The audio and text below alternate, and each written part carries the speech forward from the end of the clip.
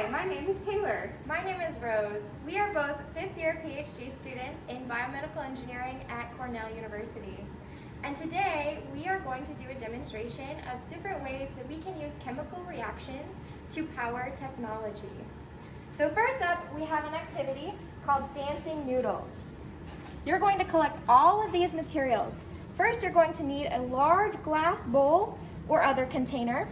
You're going to need a cup of water, some noodles, cooked noodles, some food coloring of any color you want, baking soda, a 1 tablespoon or half tablespoon measuring spoon, and some vinegar. Now this might get a little messy, so you might want to grab some paper towels just in case. Let's get started. Step 1, add 3 cups of vinegar to your clear container.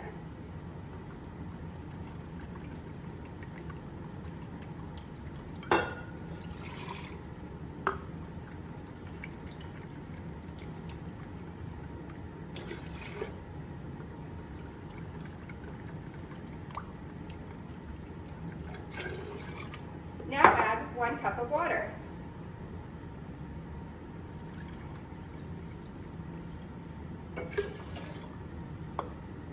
Try to leave a few inches of space at the top to avoid overflowing during later steps. Step 2, add a few drops of food coloring. You want a pretty color, but not too dark that you can't see through the container.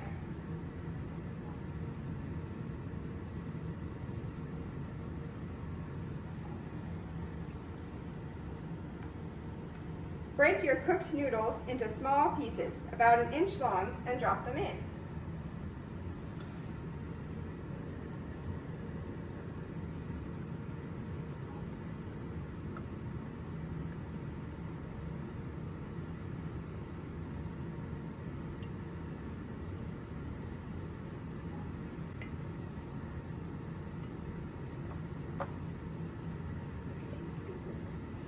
Yeah.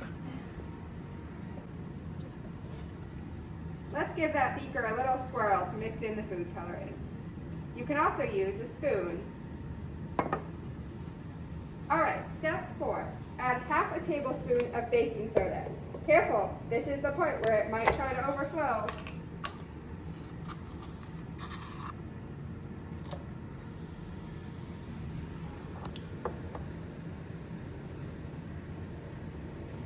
Let the bubbles settle down, and then we'll add the other half tablespoon of baking soda.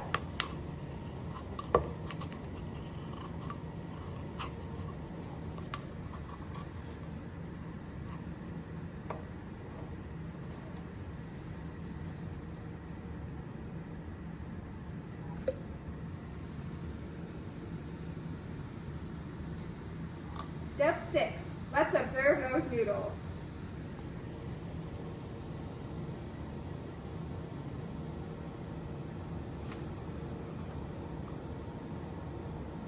So let's think about what's happening here. Look at the noodles really carefully. How are they moving? What's happening to them? Do you see anything attached to the noodles? Why do the noodles fall down when they reach the surface? The explanation is that when we add baking soda to the vinegar and water mixture, carbon dioxide gas is created. The tiny micropores in the pasta are the perfect place for the carbon dioxide bubbles to attach. Because the noodles have such a high concentration of pores, a large number of bubbles can attach to each noodle. So many bubbles, in fact, that they cause the noodles to float to the top. When they reach the surface of the liquid, the bubbles will pop and the noodles fall back to the bottom, and the process can start again. If you would like to, at this point, you can add 1 more scoop of baking soda and see what happens.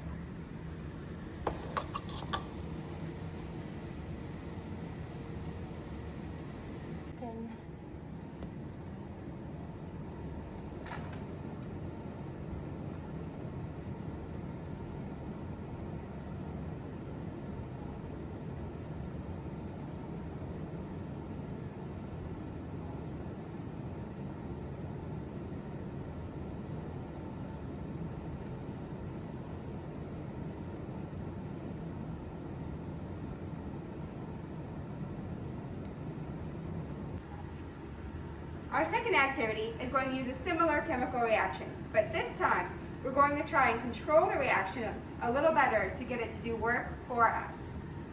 We are going to make carrot submarines. Yep, you heard that right.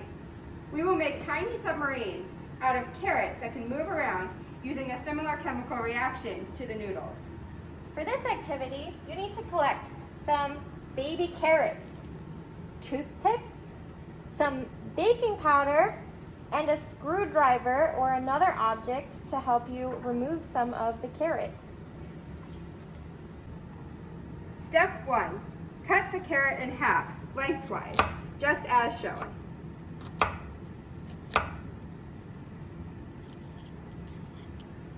In one half of the carrot, use the screwdriver to drill a small hole in the carrot, but not all the way through.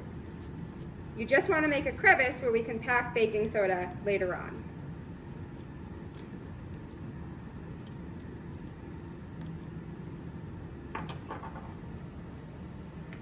Break 2 toothpicks in half and put them in the carrot somewhere along the center line, as shown.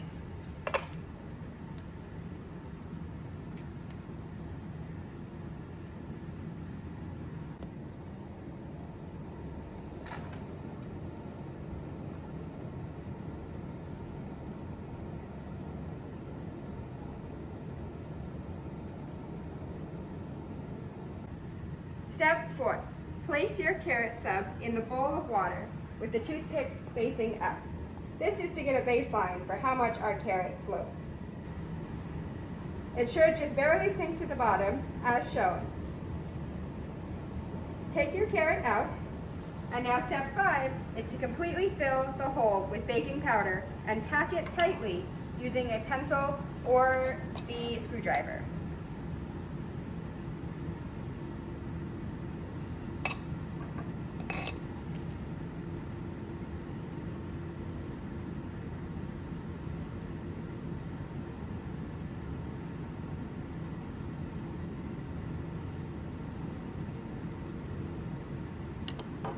Place your carrot submarine in a bowl of room temperature water and see what happens.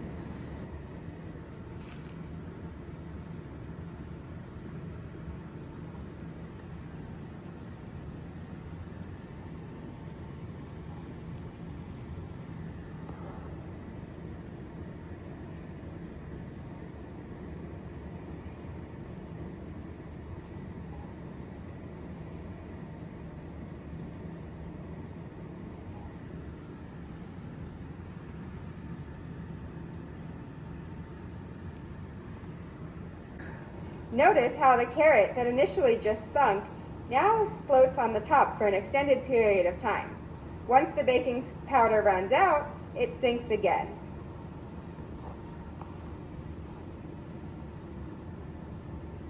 It might move along the bottom a little bit as the chemical reaction continues.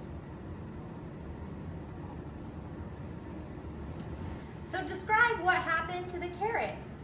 Did it sink? Did it float? Was it different with the baking powder? The carrot will naturally sink in the water, but the toothpicks might make it slightly more buoyant. When placed in the water, the carrot will sink all the way down.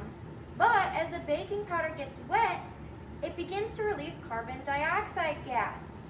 The bubbles cause the carrot to rise to the top, and it might tip over and release some of the bubbles. It might move along the bottom. See what happens to your carrot. Do you think you can design a carrot submarine that uses baking powder for forward propulsion instead of up and down? What do you think happens if you use hot water? What about cold water? You can try it and see what happens. You can also try using a whole carrot, using a smaller piece of carrot, moving the toothpicks. What happens? Feel free to try different experiments to see what works for you. Chemical engineers use reactions like these ones every day. They design equipment to move and perform other work using the energy created from chemicals mixing together. Can you think of examples of chemical reactions that are used in modern technology today? Join us at our live Zoom session in December to share your results and learn more about how chemical reactions are used in the real world.